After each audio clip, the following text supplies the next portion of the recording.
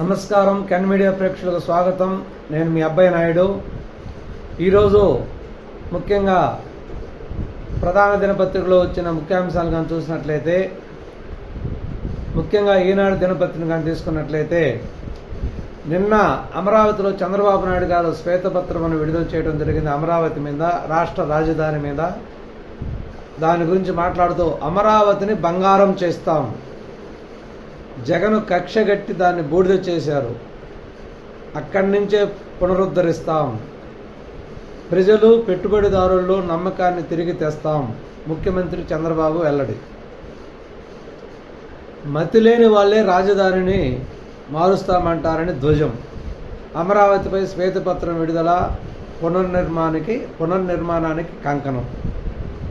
నిన్న చంద్రబాబు నాయుడు గారు అమరావతి యొక్క రూపురేఖల మీద, అంటే అప్పుడు 2015 సంవత్సరంలో రైతుల నుంచి భూమిని భూ సమీకరణ చేసి, అప్పుడు 2019 నాటికి పూర్తయిన కట్టడాల గురించి, ఆ కట్టడాల్లో అప్పుడున్న పరిస్థితి, ఇప్పుడు ఎలాగున్న పరిస్థితి, వాటి గురించి మొత్తం వివరంగా శ్వేతపత్రం విడుదల చేయడం జరిగింది. శ్వేతపత్రం విడుదల చేస్తూ అమరావతి ఇది ఒక సెల్ఫ్ సస్టైనబుల్ ప్రాజెక్టు, ఇందులో అన్నీ పోగా 8,000 ఎకరాల ప్రభుత్వ భూమి ఉంటుంది. ఈ ప్రభుత్వ భూమిని అమ్మినా కూడా దాదాపు 2 లక్షల కోట్ల డబ్బులు వస్తాయి. ఈ 2 లక్షల కోట్లతో ఎవరిని అడగకుండానే రాజధానిని నిర్మించవచ్చు. కాబట్టి దాదాపు ఇప్పుడు కానీ రాజధాని కంప్లీట్ అయినట్లయితే రాజధాని నుంచే దాదాపు 15,000 కోట్ల ఆదాయం అధికంగా వస్తుంది రాష్ట్రానికి. అనేక పన్నుల ద్వారా, వాటి ద్వారా రావటం వలన రాష్ట్ర జీడిపి కూడా పెరుగుతుంది. కాబట్టి దీన్ని అనవసరంగా కక్షగట్టి నాశనం చేశారు అని కొంచెం బాధతో కూడిన హృదయంతో చెప్పడం జరిగింది. తర్వాత తీరం కోతపై అధ్యయనం.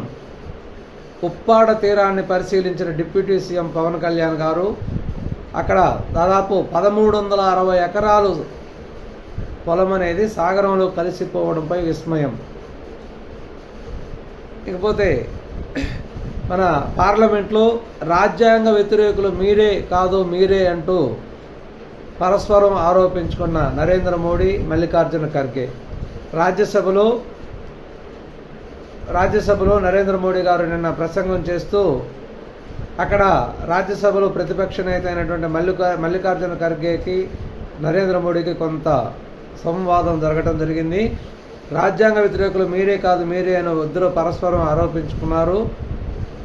అవినీతి పరులు ఎవరిని కూడా వదిలిపెట్టేది లేదు, ఆ మేరకు దర్యాప్తు సంస్థలకు పూర్తి స్వేచ్ఛనిచ్చామని చెప్పడం జరిగింది. మరొక 20 ఏళ్లు మాదే అధికారం, రాజ్యసభలో మోడీ ఉద్ఘాటన. ఆయన మాట్లాడుతుండగానే విపక్షం వాకౌట్. అది పద్ధతి కాదన్న రాజ్యసభ చైర్మన్ ధన్ఖడ్. జార్ఖండ్ సీఎంగా మళ్లీ హేమంత్ సోరెన్. ప్రస్తుత సీఎంగా ఉన్న సంపన్ సోరెన్ రాజీనామా, గవర్నర్ కలిసి అవకాశాన్ని కోరిన హేమంత్ సోరెన్. గత 2 సంవత్సరాల ఎలక్షన్కి సంవత్సరం ముందు హేమంత్ సోరెన్ కొన్ని అవినీతి ఆరోపణలతో ఈడీ అరెస్ట్ చేయడం జరిగింది. అరెస్ట్ చేసి ఇప్పుడు దాకా జైల్లో ఉన్నారు. తర్వాత ఈ మధ్య పెట్టుకున్న బెయిల్ పిటిషన్ ద్వారా బెయిల్ పొందడం జరిగింది. అతను అరెస్ట్ అయ్యి జైలుకు పోయినప్పుడు, హేమంత్ సోరెన్ జైలుకు పోయేటప్పుడు రాజీనామా చేయడం జరిగింది. పార్టీలో సీనియర్ నాయకుడైనటువంటి సంపన్ సోరెన్ ముఖ్యమంత్రిగా నియమించడం జరిగింది. ఇప్పుడు హేమంత్ సోరెన్ సాధారణ బెయిల్ ద్వారా తిరిగి రావటం వలన మళ్ళీ జార్ఖండ్లో కూటమి అభ్యర్థిగా ముఖ్యమంత్రిగా ప్రమాణ స్వీకారం చేయడం జరుగుతుంది.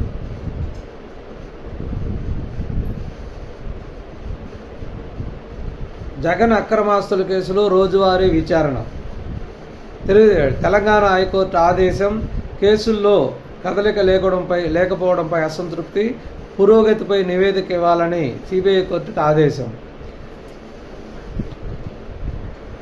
హరిరామయ్య జోగి అనేక మంది జగన్ కేసుల్లో ఆలస్యంపై తెలంగాణ హైకోర్టులో కేసులు దాఖలు చేయడం వల్ల ఆ కేసులు నిన్న విచారణకు రావడంతో తెలంగాణ హైకోర్టు అనేది ఎందుకని ఇవి లేట్ అవుతున్నాయి, వీటి కదలికలపై అసంతృప్తి వ్యక్తం చేస్తూ రోజువారీ విచారణ చేపట్టి నివేదిక అందజేయాలని సిబిఐ కోర్టును ఆదేశించడం జరిగింది. అదేవిధంగా ఉచిత ఇసుక విధానంపై కొల్లు రవీంద్ర ప్రకటన. ఈ నెల 8వ తేదీ నుంచి పేదలకు అందరికీ కూడా ఉచిత ఇసుకను సప్లై చేయడం జరుగుతుంది. ఉచిత ఇసుక విధానాన్ని 8 కానీ 9వ తేదీ నుంచి అమలు చేయడం జరుగుతుంది. దీని మీద పూర్తి విధి విధానాలతో జీవోను విడుదల చేయడం జరుగుతుంది. ఇసుక వినియోగదారులకి ఒక లోడింగ్ ఛార్జెస్, రవాణా ఛార్జెస్ మాత్రమే పడతాయి. ఈ లోడింగ్, రవాణా ఛార్జీల మీద ఒక విధి విధానాన్ని 8, 9 తేదీలో వెల్లడిస్తామని కొల్లు రవీంద్ర చంద్రబాబు నాయుడుని కలిసిన తర్వాత విలేకరుల మీటింగ్లో చెప్పడం జరిగింది. కరకట్టపై వస్త్రాల దహనం, పీసీబీ గనులు, ఏపీఎండిసిలో కొన్ని ఫైళ్లు, ఆ ఫైళ్ళపై పెద్దిరెడ్డి ఫోటోలు ఉన్నట్టు కొన్ని పెద్దిరెడ్డి ఫోటోలు కనిపించాయి. నిన్న కారు డ్రైవర్లు, కొంతమంది అటెండర్లు కలిసి దాదాపు పీవీబీ, ఏపీఎండిసిలోని ఫైళ్ళని బుధవారం రాత్రి కరకట్టపై ఒక ప్రదేశంలో తీసుకొచ్చి దాన్ని కాల్ చేయడం జరిగింది.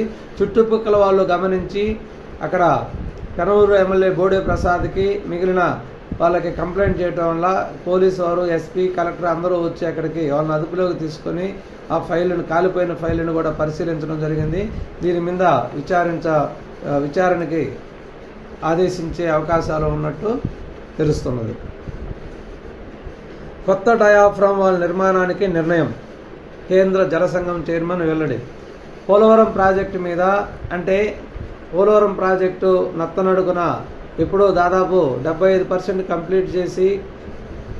కంప్లీట్ అయినటువంటి 2019వ సంవత్సరంలో తదనంతరం పరిణామాలు జగన్మోహన్ రెడ్డి ముఖ్యమంత్రి గారు అయిన తర్వాత దాని యొక్క ప్రధాన కాంట్రాక్ట్ను మార్చి రివర్స్ టెండర్ పేరుతో కాలయాపన చేయడం జరిగింది.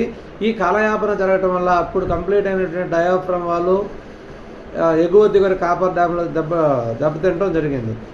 వీటి వలన ఇటీవల కాలంలో చంద్రబాబు నాయుడు గారు పోలవరం సందర్శనకు పోయి వచ్చిన తర్వాత పార్టీ ప్రాజెక్టు పటిష్టతకి, ప్రాజెక్టు ఎలా ముందుకు పోవాలనే విధానానికి విదేశీ జలసంఘ నిపుణులను సంప్రదించడం జరిగింది.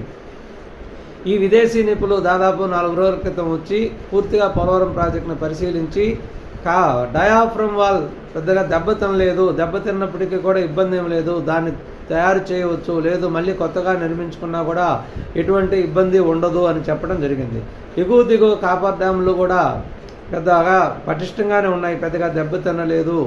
కాబట్టి వాటి మీద పరిశీలన చేస్తూ కొన్ని టెస్టులు కొనసాగించండి, వీటన్నిటి మీద పూర్తి నివేదిక దాదాపు ఒక వారంలో కంప్లీట్ ఇస్తామని చెప్పడం జరిగింది. వాళ్ళు దాదాపు వాళ్ళ యొక్క సమీక్షలు, పరిశోధనలు కంప్లీట్ చేసుకొని రాత్రి ఢిల్లీ పోవడం జరిగింది. ఈరోజు కేంద్ర జలసంఘంతో సమావేశం అయ్యి పూర్తి స్థాయి నివేదిక ఎప్పుడు అందిస్తామనేది చెప్పడం జరుగుతుంది.